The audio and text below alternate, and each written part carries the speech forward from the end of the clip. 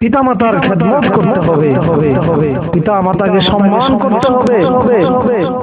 পৃথিবীর সকল নিয়ম শৃঙ্খলার পাশাপাশি এ ধারার বুকে মানব আগমনের জন্য মহান আল্লাহ রাব্বুল আলামিন নির্ধারণ করেছেন একটি নির্দিষ্ট পন্থা ও পদ্ধতি।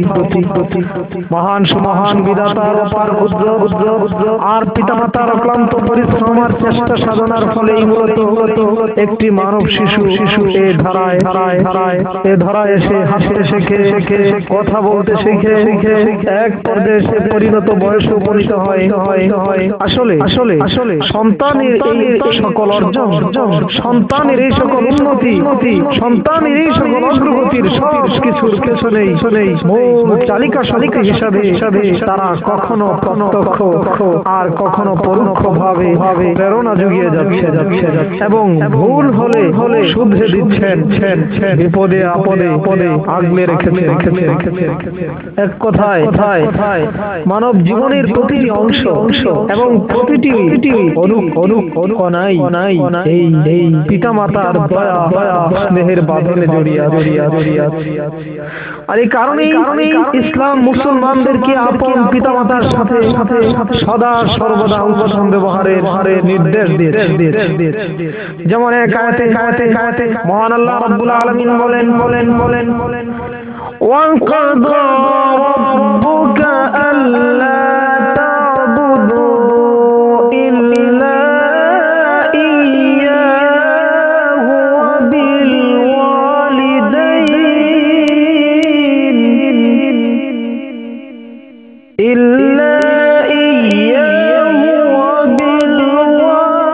وَبِالْوَالِدَيْنِ إِحْسَانًا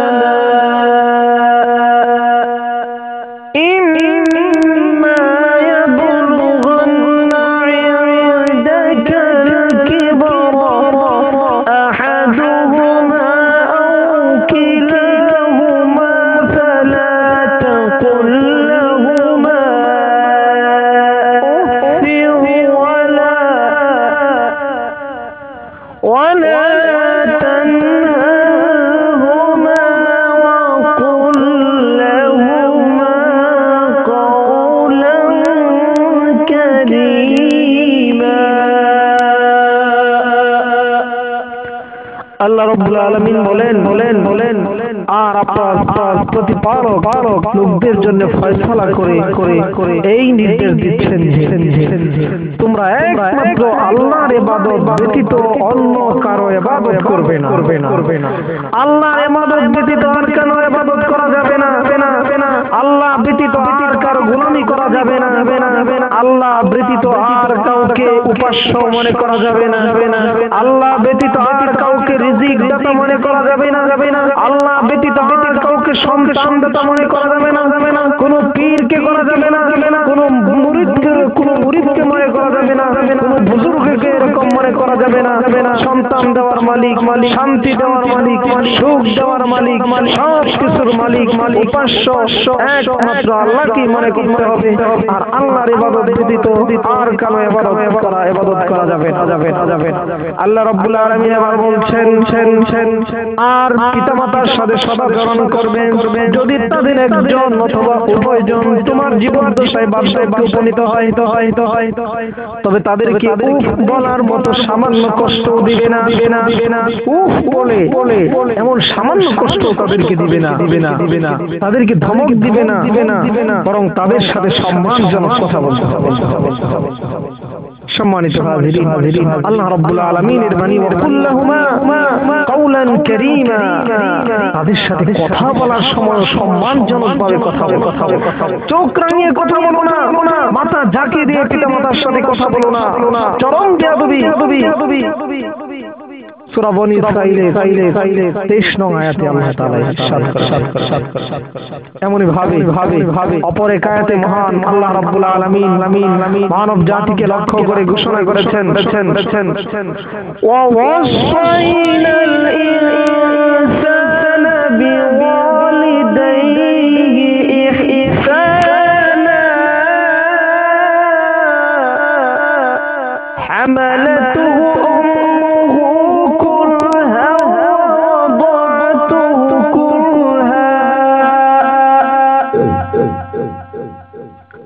আল্লাহ রাব্বুল আলামিন বলছেন, আর আমি মানুষদেরকে নির্দেশ দিয়েছি নিজ পিতামাতার সাথে উত্তম ব্যবহার করার জন্য, কেননা তার মা তাকে অনেক কষ্ট করে, অনেক কষ্ট সহ্য করে গর্ভধারণ করেছে এবং অনেক কষ্ট করে তাকে ভূমিষ্ঠ করেছে।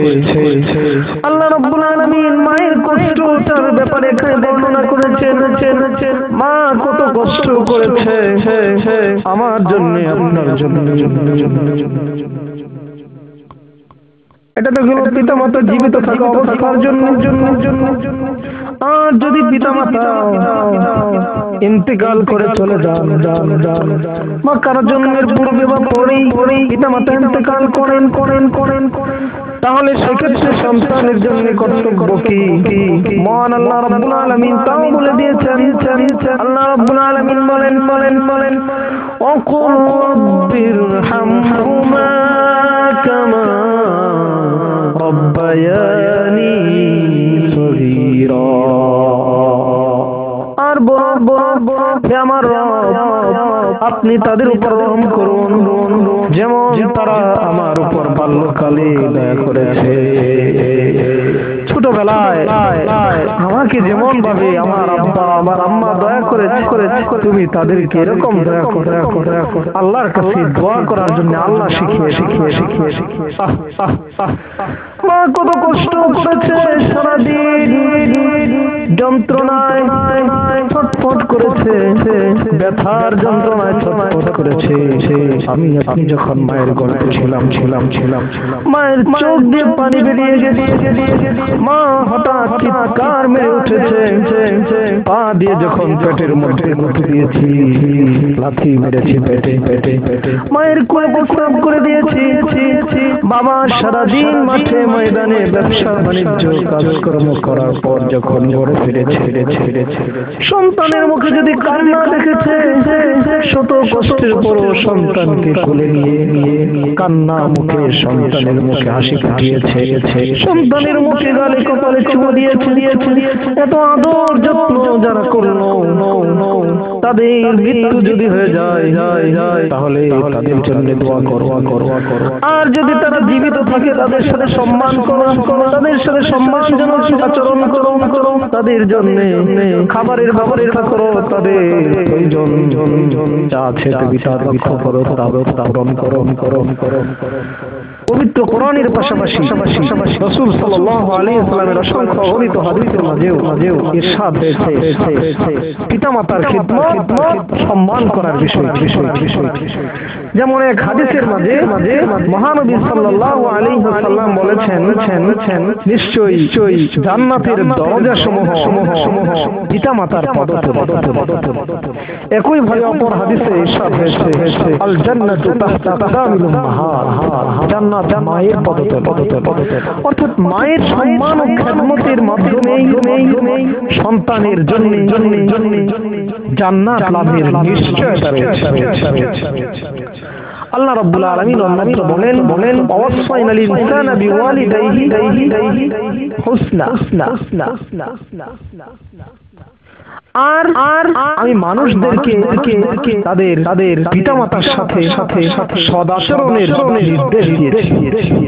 অন্যত্র ইরশাদ ওয়াখফিদ লাহুমা জানাহাল-যুল্লি মিনার রাহমাতি ওয়া কুল রাব্বিরহামহুমা কামা রাব্বায়ানি সগীরা। আর তুমি তাদের সামনে স্বাধীনতার পক্ষকে বিছিয়ে দাও। আর বলো হে আমার রব, আপনি তাদের উপর দয়া করুন যেমন তারা আমার উপর বাল্যকালে দয়া করে। মহান আল্লাহ তাআলা পিতামাতার অধিকারকে এতই গুরুত্বের সাথে পবিত্র কোরআনে উল্লেখ করেছেন যে সন্তানদেরকে সর্বদা তাদের আনুগত্য করতে আদেশ দিয়েছেন এবং পিতামাতা শিরক ও কুফরের উপর আদেশ দেয়া এবং বাধ্য করার আগ পর্যন্ত পর্যন্ত তাদের আদেশ নিষেধ অবনত মস্তকে অম্লান বদনে মেনে নিতে এবং সে অনুযায়ী চলতে নির্দেশ দিয়েছেন।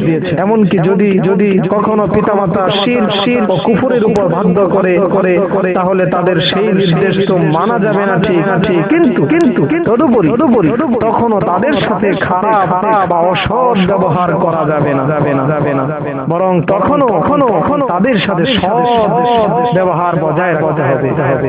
কিন্তু আমাদের অবস্থা তো সম্পূর্ণ বিপরীত।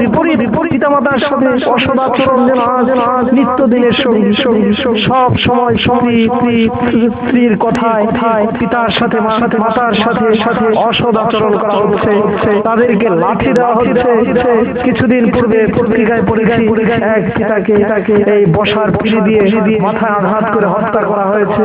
এরকম পিতাকে লাঞ্ছিত করা হচ্ছে, এরকম পিতার সাথে অন্যায় অসৎ আচরণ করা হচ্ছে। এটা প্রতিনিয়তই হচ্ছে।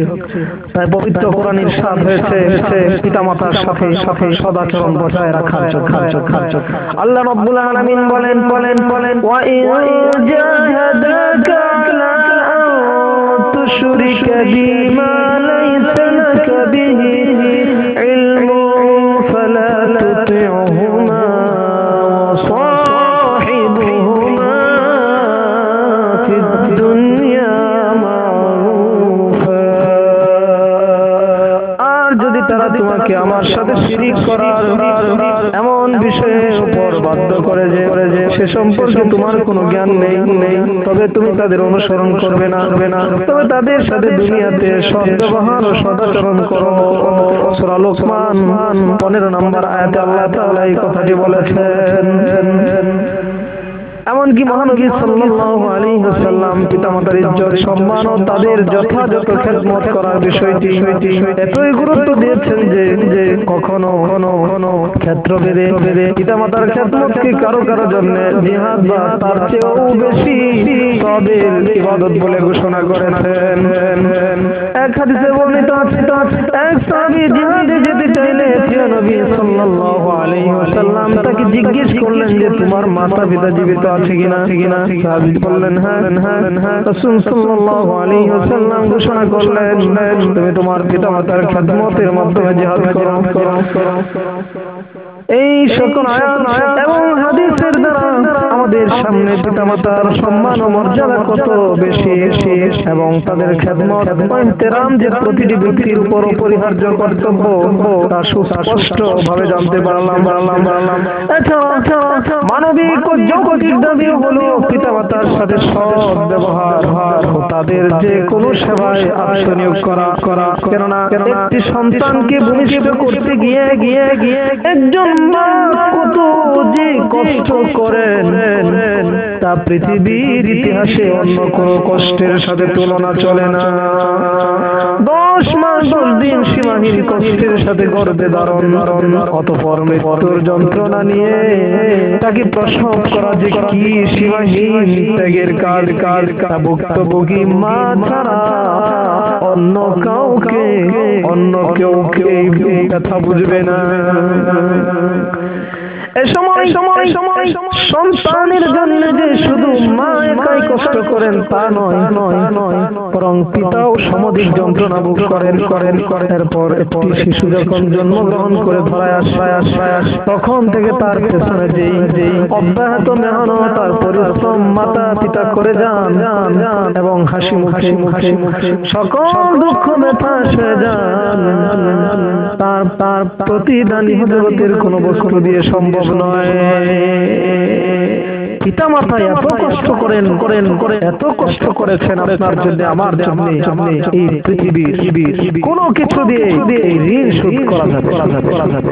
মাঝে 10 মাস 10 দিন আপনাকে আমাকে গর্ভে ধারণ করেছেন, এই ঋণ কখনো শোধ করা যায় না।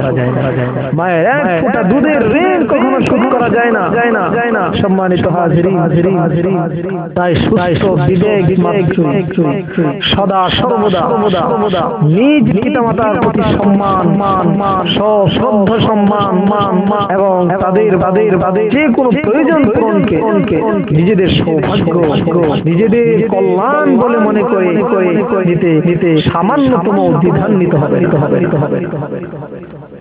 সম্মানিত শ্রোতামণ্ডলী, তাই পরিশেষে আমার বক্তৃতা আমি বলতে চাই আসুন আমরা সকলেই পবিত্র কোরআন হাদিস এবং যুক্তির মাধ্যমে সর্বসম্মত এই বিষয়টির প্রতি পূর্ণ মনোযোগ দেই এবং পিতামাতার সম্মান ও মর্যাদার হানি হয় এমন কোন কাজ যেন আমরা কখনো না করি তার জন্য শপথ নেই। তাতে সার্থক হবে আমাদের এই আলোচনা সফল হবে আজকের এই বক্তৃতা সেমিনার। আল্লাহ তাআলা আমাদেরকে কবুল করুন, আমিন। ওয়া আখিরু দাওয়ানা আলহামদুলিল্লাহি রাব্বিল আলামিন। আসসালামু আলাইকুম ওয়া রাহমাতুল্লাহ।